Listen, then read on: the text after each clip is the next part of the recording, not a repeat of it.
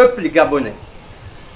De mémoire d'homme, depuis l'accession de notre pays à la souveraineté internationale, jamais le peuple gabonais n'avait vécu des actes insolites et inédits au relent néocolonialiste comme ceux que vient de poser récemment l'ambassadeur de France accrédité auprès de la République gabonaise.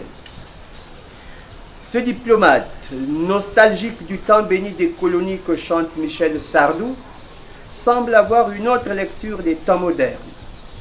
Il se trompe à la fois d'époque et des lieux. À ce diplomate d'un autre genre, nous nous faisons le devoir de lui rappeler que depuis le 17 août 1960, le Gabon n'est plus ce Gabon du temps béni des colonies, car notre pays n'est ni un département, ni un territoire d'outre-mer. Ce temps-là est bien révolu. Le Gabon moderne est une république organisée sur des principes basiques de la souveraineté internationale, car la Charte des Nations Unies consacre le principe universel de la souveraineté des peuples à disposer d'eux-mêmes, sans ingérence ni influence extérieure exercée dans les affaires intérieures d'un État souverain.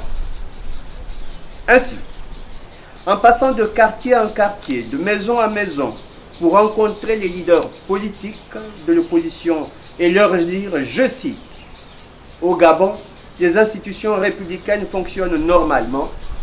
L'opposition gabonaise devra constituer une candidature unique à l'élection présidentielle de 2023. » Fin de citation. Cet ambassadeur a outrepassé ses prérogatives diplomatiques. Pourtant, en 2016, l'opposition s'est organisée pour présenter un candidat unique qui a remporté l'élection présidentielle et qui n'a toujours pas été établi dans ses fonctions 4 ans après. Est-ce là le fonctionnement normal de nos institutions? De plus, depuis octobre 2018, le chef de l'exécutif par défaut a été frappé d'un accident vasculaire cérébral, plongeant ainsi le Gabon dans un vide institutionnel au sommet de l'État. Et depuis 2 ans, la vacance du pouvoir n'a toujours pas été déclarée, alors que l'empêchement définitif au sens de l'article 11b et de l'article 13 de la Constitution est avéré. Est-ce là le fonctionnement normal de nos institutions? Il est à noter que les actes posés par ce diplomate sont à proscrire car ils cultivent et renforcent à n'en point douter dans la conscience collective du peuple gabonais un sentiment anti-français qui sera difficile à endiguer parce que lié au fait que la France est déjà tenue pour responsable du blocage de l'alternance et du changement au Gabon.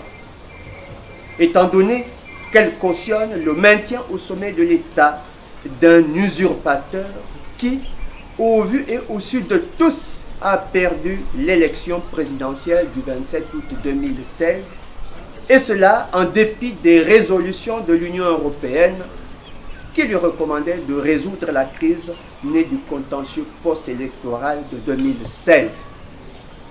L'amitié franco-gabonaise, historique et exemplaire, qui était jusque-là empreinte de cordialité, ne doit pas être mise à mal, ni ternie par celui qui est censé représenter le peuple frère de France au Gabon.